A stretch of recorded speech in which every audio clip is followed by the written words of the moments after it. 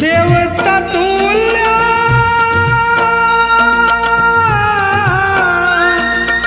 देवता तुल्य तिरंगा का हम करते हैं सम्मान। धन्य है भारत की संतान, धन्य है भारत की संतान।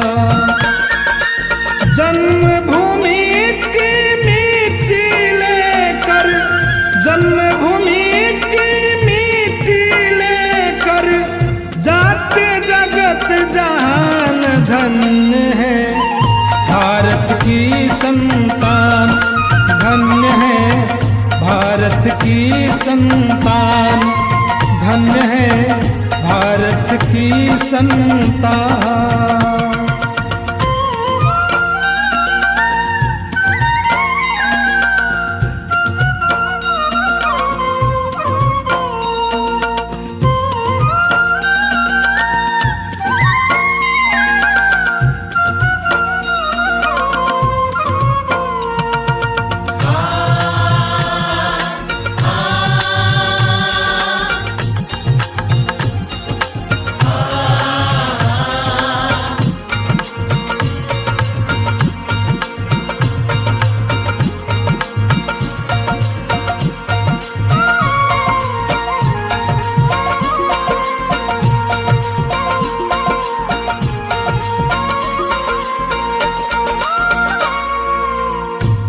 ऋतुओं का देश अकेला, संस्कृति अतुल्य अलबेला।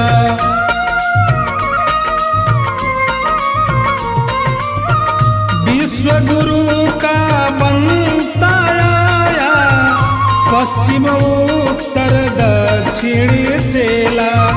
नख सिख तक संस्कार भरा है, नख सिख तक संस्कार भरा है। अतुलित वीर जवान, धन्य है भारत की संतान, धन्य है भारत की संतान, धन्य है भारत की संतान।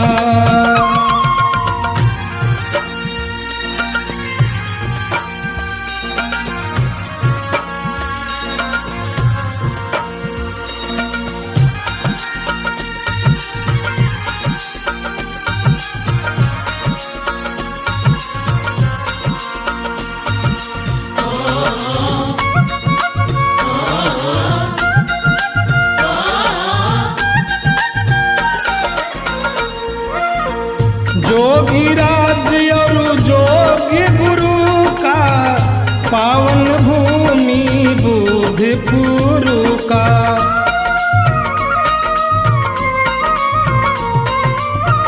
हिम कमाथा गौरव गाथा, हरे कृष्णा जगमुख गाता। संदेशा वसुधैव कुटुम्बकम, संदेशा वसुधैव कुटुम्बकम।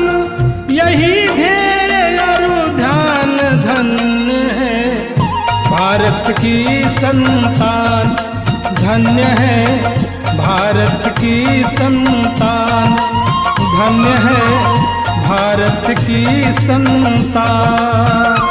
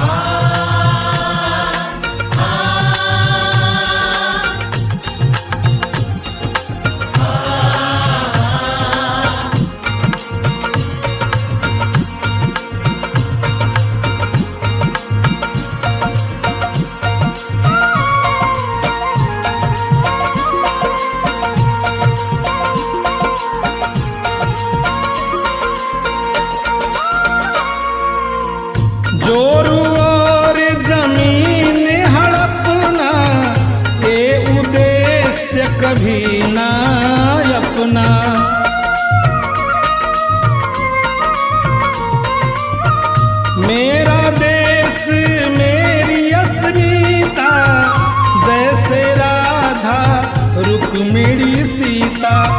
इसीलिए कहती है दुनिया, इसीलिए कहती है दुनिया, भारत देश महान धन्य है।